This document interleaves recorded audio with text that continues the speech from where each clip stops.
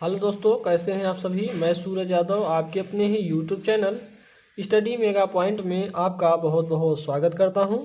दोस्तों, आज का जो लेक्चर होने वाला है लेक्चर होगा 3। इसमें हम आपको बता रहे थे सिंगल फेज इंडक्शन मोटर।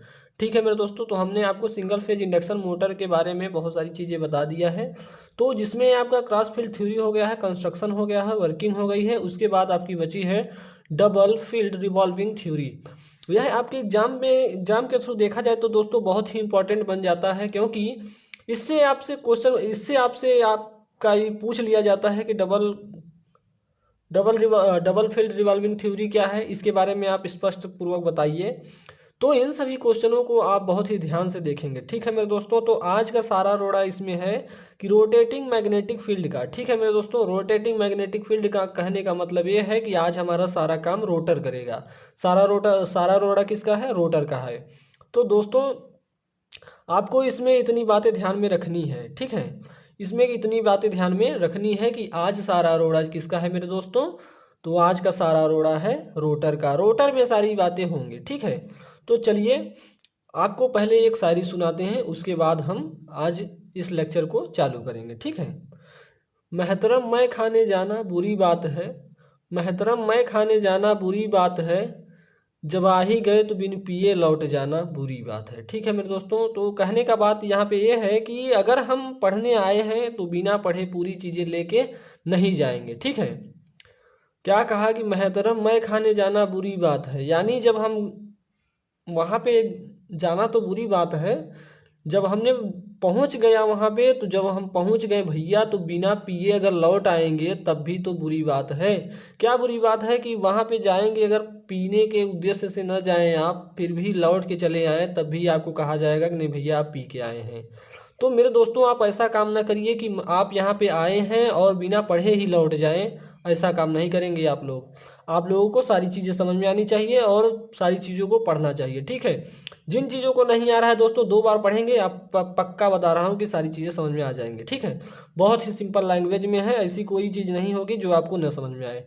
तो चलिए आज शुरू करते हैं, डबल फील्ड रिवॉल्विंग थ्योरी के बारे में जानते हैं। कह रहा है इस सिद्धांत के अनुसार एक प्रत्यावर्ती फ्लक्स को 2 रोटेटिंग कंपोनेंट में विघटित किया जाता है। तो मेरे दोस्तों, इसमें ज़्यादा कुछ तो लिखा नहीं गया है। क्या कह रहा है कि जो हमारा ये सिद्धांत है, ये कहता है कि जो प्रत्यावर्ती फ्लक्स है वो रोटेटिंग कंपोनेंट के रूप में दो भागों में विभाजित किया जा सकता है। कैसे कैसे?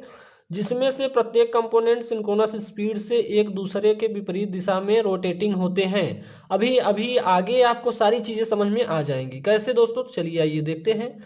आपको ऐसी कोई पॉइंट नहीं रह जाएगी जो ना समझ में आए। ठीक है, क्या है? माना प्रत्यावर्ती फ्लक्स का अधिकतम मान फाइम है। क्या कह रहा है? माना कि प्रत्यावर्ती फ्लक्स का अधिकतम मान जो है, मैक्सिमम जो फ्लक्स है वो फाइम है, तथा इसके दो संघटक फ्लक्सों ए तथा बी का मान φm/2, यानी जो हमारा ए और बी का जो वैल्यू है वो कितनी है? मैक्सिमम वैल्यू की आधी है। ठीक है, जो क्रमशः क्लॉकवाइज तथा एंटी क्लॉकवाइज दिशा में सिंक्रोनस स्पीड से गति कर रहा है। तो दोस्तों, यही है आपका रोटर। आप थोड़ा फिगर पे ध्यान देंगे मेरे दोस्तों। फिगर आपको ये बनाना है कि जो हमारे क्या है, रोटेटिंग कंपोनेंट है, जो मेरे दोस्तों दो संघटक हैं, यानी दो फ्लक्स जो हैं, एक को हमने लिया है ए, दूसरे को लिया है बी। कह रहा है दोस्तों दोस्तों एक क्लॉकवाइज है, एक एंटी क्लॉकवाइज है, यानी हमारा जो फाइम है ए की वैल्यू है, सॉरी, जो हमारी ए की वैल्यू है φm/2 है, और जो बी की वैल्यू है वो φm/2 है। तो देखिए ये क्लॉक वाइज चल रही है, देखिए ए क्लॉक वाइज चल रही है। ठीक है, और ए हमारी एंटी क्लॉक वाइज चल रही। ए वाला जो हमारा जो ए वाला है पार्ट, वो कैसा बिहेव कर रहा है? एंटी क्लॉक कर रहा है। और बी वाला जो हमारा है वो कैसा कर रहा है? क्लॉक वाइज कर रहा है। ठीक है, तो इसमें आगे की पॉइंट को भी देख लेते हैं। आगे क्या है मेरे दोस्तों? आगे है आपका, यदि कुछ समय बाद फ्लक्स ए तथा बी अपनी प्रारंभिक स्थिति, यानी जो उसकी स्थिति है थीटा प्लस थीटा तथा माइनस थीटा डिग्री घूम जाता है। कितना? प्लस थीटा तथा माइनस थीटा डिग्री घूम जाता है, तब इस स्थिति में परिणामी फ्लक्स। तो दोस्तों, जब आपका प्लस थीटा से माइनस थीटा डिग्री घूम जाता है तो परिणामी यानी रिजल्टेंट फ्लक्स क्या होगा मेरे दोस्तों? φr = 2 φm/2 इंटू साइन 2 थीटा/2 होगा। 2 से 2 कट जाएगा मेरे दोस्तों, यहां से भी 2 से 2 कट जाएगा, तो क्या बचेगा? Five sine theta. तो इसका कैसे आप बनाएंगे, यह रोटर को कैसे आप दिखाएंगे कि हाँ ये चीजें ऐसे हो रही हैं। तो एक आप देख लीजिए, यहाँ पे हमने ओमेगा टी ले लिया है, जो कोण बना है रिजल्टेंट का। यहाँ पे जो कोण है ओमेगा टी है, यहाँ पे भी ओमेगा टी है। और देखेंगे जो हमारा ए की वैल्यू है φm/2, ये तो सभी जगह रहेगा, ए और बी की वैल्यू सभी जगह यहीं पे रहेगा। फंडा चेंज यहाँ होगा कि क्लॉकवाइज है कि एंटी क्लॉकवाइज है, ठीक है। तो दोस्तों ये तो आपका हुआ एंटी क्लॉक, ये हो गया आपका क्लॉकवाइज, ठीक है। चलिए आगे की तरफ चलते हैं। आगे जो भी चीजें हैं बहुत ही इंपॉर्टेंट है मेरे दोस्तों, इन सभी चीजों को आपको समझना है, क्योंकि यह आपके एग्जाम में आ चुका है, क्योंकि यह आपके एग्जाम में एक बार आ चुका है, इस बार आने की संभावना है मेरे दोस्तों, ठीक है। तो क्या है, अब यदि फ्लक्स ए तथा बी एक चौथाई साइकिल घूम जाते हैं, क्या करा, अब यदि ए तथा बी एक चौथाई साइकिल घूम जाते हैं तो एक दूसरे के विपरीत दिशा में होते हैं, तो परिणामी फ्लक्स, तो दोस्तों जब एक दूसरे के विपरीत दिशा होंगे तो परिणामी फ्लक्स मेरे दोस्तों जीरो होगा। क्या होगा, जीरो होगा। ये आपको समझ में आना चाहिए, ये आपको समझ में आना चाहिए। तो φr=φm/2 माइनस का φm/2, यानी अगर दोनों को देखते हैं तो दोनों कट जाएगा हमारा, ठीक है। तो इसका देखिए, एक तो हमारा दोनों क्या है कि एक दूसरे के विपरीत है। देखिए ए भी इधर आ रहा है तो ए इधर आ रहा है, तो हमारा परिणामी यानी रिजल्टेंट फ्लक्स क्या हो जाएगा, जीरो हो जाएगा। इस बात को आपको समझना है। तो दोस्तों आगे की तरफ चलते हैं। आगे क्या है मेरे दोस्तों, आगे है आपका कि फ्लक्स ए तथा बी, फ्लक्स क्या कह रहा है, फ्लक्स भैया, फ्लक्स ए तथा बी आधा चक्र घूम जाए तो दोनों फ्लक्स एक दूसरे के विपरीत दिशा में घूमे, किंतु स्टार्टिंग से विपरीत घूमे, ठीक है। कह रहा है कि किंतु स्टार्टिंग से क्या हो जाए, विपरीत घूमे, तो वो हमारा रिजल्टेंट फ्लक्स क्या होगा। तो भैया φr=, माइनस का क्या है, विपरीत दिशा से, ठीक है, -φm/2, यानी दोनों दोनों क्या हो जाएंगे, माइनस का φm हो जाएगा। कितना होगा, माइनस का φm हो जाएगा। और इसका जो हमारा रोटर का चित्र बनेगा वो ऐसा बनेगा कुछ, ठीक है। तो यहाँ पे आप देख पा रहे हो। अगली पॉइंट क्या है मेरे दोस्तों, अगली पॉइंट है आपको देखना है, यह पॉइंट भी आप देख लीजिए।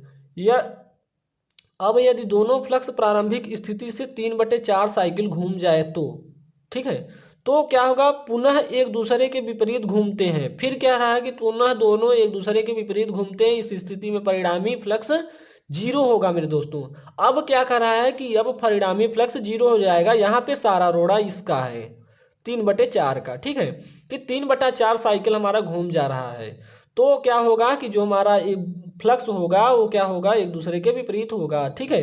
तो विपरीत होगा तो मेरे दोस्तों यहाँ पे एक हो जाएगा माइनस का φm/2, यहाँ पे हो जाएगा प्लस φm/2 = 0। आगे क्या है, आगे की बात देख लेते हैं, यहाँ से आपकी सारी चीजें स्पष्ट हो जाएंगी। क्या है, अब फ्लक्स और घूमेगा तो प्रारंभिक स्थिति प्राप्त कर लेती है। यानी कहने की बात यह है कि जो हमने शुरू में देखा था, अगर यह रोटर को और घुमा दिया जाए तो यह हमारी क्या कर लेगी, प्रारंभिक स्थिति को पा जाएगी, जिसका परिणामी फ्लक्स φm होगा। तो जो हमारा उसका जो परिणामी फ्लक्स होगा वो क्या होगा, φm होगा।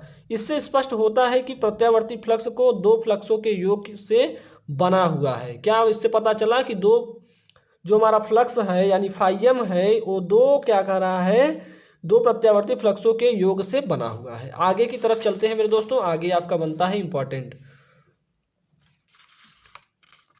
आगे है माना जा सकता है, जिसमें कह रहा है माना जा सकता है जिसमें प्रत्येक का परिणामी φm है तथा एक दूसरे के विपरीत तुल्यकाली गति से घूमेगा। यही बात थी मेरे दोस्तों आपका किसमें, डबल रिवॉल्विंग थ्योरी में। तो अगर आप इतनी बातें समझ गए होंगे दोस्तों तो आप लिख लेंगे, आपको अच्छा खासा नंबर भी मिल जाएगा। तो दोस्तों यहाँ पे एक पॉइंट और रह गया है, इसको भी देख लीजिए आप, बहुत ही छोटा सा है। तो क्या है, दो रोटेटिंग फील्ड के सापेक्ष रोटर स्लिप का मान।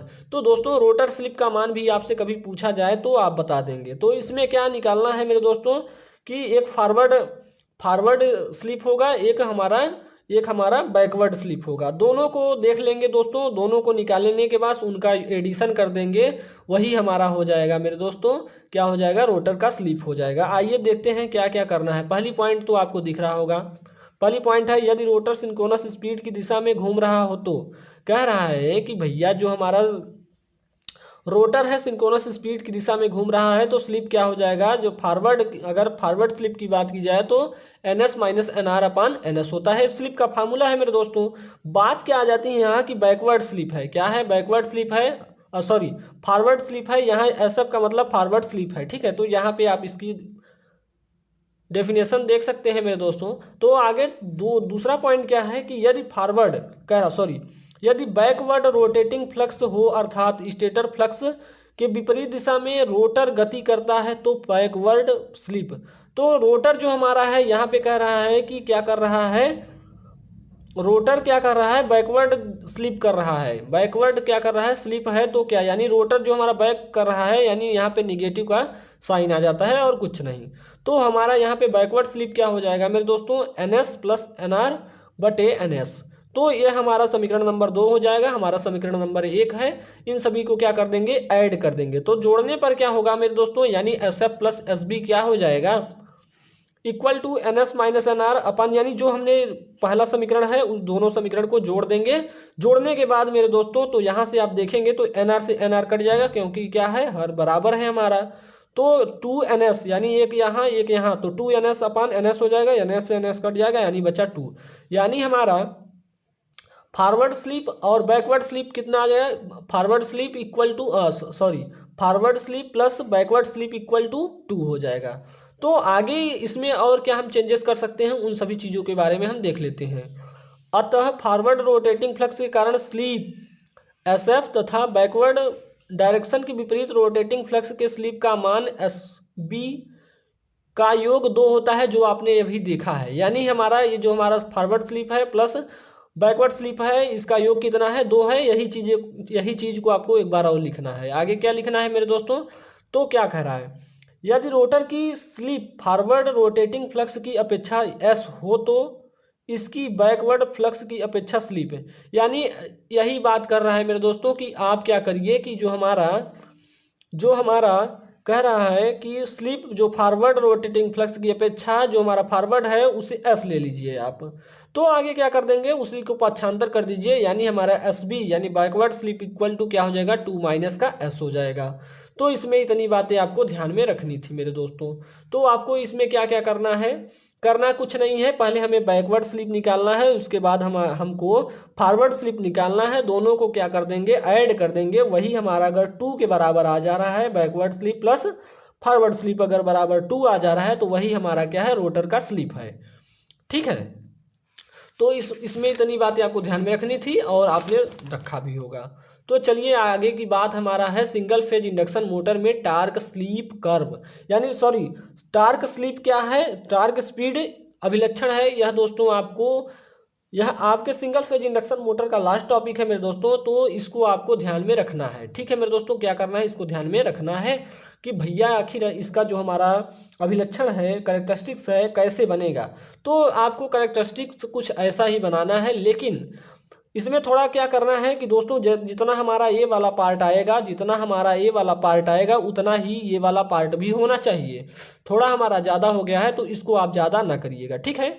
तो इसमें क्या हमने दिखाया है, तो यहाँ पे इस साइड आप आइए, इस साइड देखते हैं क्या है। तो इस साइड है मेरे दोस्तों की फॉरवर्ड स्पीड है, क्या है, फॉरवर्ड स्पीड को कैसे लेंगे हम दोस्तों, पॉजिटिव लेंगे, और जो हमारा बैकवर्ड स्लिप है उसे कैसा लेंगे, निगेटिव लेंगे। तो इसमें इतनी बातें आपको ध्यान में रखनी है मेरे दोस्तों। तो यहाँ पे जो है ये मूल बिंदु है वो इसको ले लेते हैं, ये हमारा n है, n इक्वल टू कितना है, 0 है। यानी इसके कहने का मतलब ये है मेरे दोस्तों कि जो हमारा परिणामी टॉर्क है, रिजल्टेंट टॉर्क है मेरे दोस्तों, वो कितना है, 0 है मेरे दोस्तों। रिजल्टेंट टॉर्क जो हमारा 0 है, तो यही हमारा रिजल्टेंट टॉर्क है मेरे दोस्तों, ये कितना है, 0 है। तो ये तो हुआ है आपका टार्क। अब आगे बात आती है कि जो दोस्तों हमने अभी डाटेड दिखाया है ये क्या है, तो ये है, यहाँ पे लिखा है torque due to forward field. क्या है, torque due to forward field, यानी TF है, क्या है, TF है। तो इसको तो आपने ध्यान में रख लिया होगा। जो हमने अभी मेन लाइन ऐसे खींची हुई है उसको क्या कहेंगे, रिजल्टेंट टार्क, क्या कहेंगे, रिजल्टेंट टॉर्क T कहेंगे, ठीक है मेरे दोस्तों। तो इसमें इतनी बातें आपको ध्यान में रखनी है। तो ये जो n है, ये स्पीड है, ये देखिए एक पॉजिटिव है एक निगेटिव है, इससे कोई फर्क नहीं पड़ने वाला है। लेकिन मेरे दोस्तों यहाँ पे आपको एक चीज और ध्यान में रखना है, तो भैया जब ये आपका फॉरवर्ड फील्ड हो गया तो बैकवर्ड फील्ड भी तो होना चाहिए, तो है ना भाई मेरे दोस्त। टार्क यहाँ पे देखेंगे, torque due to backward field, तो उसको क्या ले लेंगे आप, टीवी ले लेंगे, क्या ले लेंगे, टीवी ले लेंगे। इसमें इतनी बातें ध्यान में रखनी है आपको। तो दोस्तों अगर आपसे पूछ लिया जाए n इक्वल टू 0, तो उस उस बिंदु पर क्या करेंगे, क्या होगा, हमारा जो परिणामी टार्क होगा, रिजल्टेंट टॉर्क होगा, वो क्या होगा, 0 होगा। इसीलिए हमारा सिंगल फेज इंडक्शन मोटर क्या होता है, स्टार्ट नहीं होता, यानी सेल्फ स्टार्ट नहीं होता मेरे दोस्तों। क्या है यहाँ पे फंडा, फंडा ये है मेरे दोस्तों कि n इक्वल टू 0 है, यानी हमारा परिणामी resultant flux sorry resultant torque जो है वो 0 है। इसी के कारण हमारा सिंगल फेज इंडक्शन मोटर क्या होता है, सेल्फ स्टार्ट नहीं होता है मेरे दोस्तों। तो इसमें आपको ध्यान में रखना है, ठीक है। तो इसमें आपको इतनी सारी बातें ध्यान में रखनी है मेरे दोस्तों। तो आपको पता हो गया होगा कि जो हमारा स्लीप यानी इसका sorry single phase induction motor का टार्क स्पीड अभिलक्षण है, इसको तो आपने जान लिया होगा। क्योंकि दोस्तों आपका सिंगल फेज इंडक्शन मोटर यहीं पे समाप्त होता है। अगर आपको थोड़ी बातें और जाननी होगी इसमें तो आप कमेंट बॉक्स में जरूर लिखें, क्योंकि दोस्तों हमने अभी आपको बता दिया है कि जो इसका एप्लीकेशंस होते हैं वो होते हैं, कैसे होते हैं इनका आप एप्लीकेशंस बहुत ही सिंपल था मेरे दोस्तों, आपको एक बार बता देता हूँ। इसके हमको एप्लीकेशन लास्ट में लिखवाना चाहिए था, इसलिए इस सॉरी दोस्तों, तो आपको पहले ही लिखवा दिया, उसके लिए कोई दिक्कत नहीं है मेरे दोस्तों, आप लिख सकते हैं, बाद में लिख सकते हैं। लेकिन जब आप एग्जाम में लिखेंगे तो उसको कहाँ लिखेंगे, बाद में लिखेंगे। पहले आप क्या लिखेंगे, पहले उसकी संरचना लिखेंगे, उसके बाद वर्किंग लिखेंगे, और संरचना में ही आपको क्या बनाना है, फिगर भी बनाना है, ठीक है। आपको आपने जो 3 फेज इंडक्शन मोटर में रोटर बनाया था, जो आप भी वहाँ पे कुछ भी बनाए हैं, फिगर जो बनाए हैं वहाँ वही फिगर यहाँ पे भी बना दीजिए, वही है, ठीक है। तो इसमें इतनी बातें ध्यान में रखनी है। आगे क्या बात आपको ध्यान में रखनी है कि इसका जो आपका क्या बता रहे थे, एप्लीकेशंस, एप्लीकेशन में आपने देखा था मेरे दोस्तों, तो वहाँ पे इसका जो सिंगल फेज इंडक्शन मोटर का यूज कर रहे थे आप, सबसे ज़्यादा कहाँ करते हैं, पंप में करते हैं, कंप्रेसर में भी किए थे आप, खिलौने, मिक्सर, इन सभी चीज़ों में आपने क्या किया था, इसका यूज किया था सिंगल फेज इंडक्शन मोटर का। और आपसे एक क्वेश्चन है, क्या ड्रिलिंग मशीन जो होती है वो भी सिंगल फेज इंडक्शन मोटर होती है? क्या ड्रिलिंग मशीन जो होती है, आपने जो देखा होगा दीवारों में छेद करने वाली मशीन, क्या वो भी सिंगल फेज इंडक्शन मोटर होती है? अगर होती है दोस्तों तो आप जरूर कमेंट बॉक्स में लिखें, ठीक है मेरे दोस्तों। तो आज इसके आगे हम आपको बताएंगे जो मोटर्स हैं उन सभी चीज़ों को बताएंगे, ठीक है मेरे दोस्तों। तो आज के लेक्चर में हम यहीं पे समाप्त करेंगे, और आप जो भी चीज़ें अभी आपने पढ़ा है उन सभी चीज़ों का आप एक बार पुनः रिवाइज कर लीजिए दोस्तों, क्योंकि आपका जो एग्ज़ाम होने वाला है 8 मार्च से चालू हो जाएगा। अब देखा जाएगा वहाँ पे कि 8 मार्च से कि थर्ड ईयर वालों का चालू होता है कि फर्स्ट ईयर वालों का चालू होता है। तो दोस्तों आपको ये मान के चलना है कि हमारा पेपर 8 मार्च से चालू होने वाला है, तो आपको ध्यान रख के सारी चीज़ों को पढ़ना है। तो दोस्तों बहुत ही डिमांड रहा है कि आपको पीएलसी का भी लेक्चर चाहिए। तो दोस्तों जैसे ही सिंगल फेज इंडक्शन मोटर आपका समाप्त होता है, वैसे ही आपको पीएलसी का पहला चैप्टर का लेक्चर मिल जाएगा, ठीक है मेरे दोस्तों।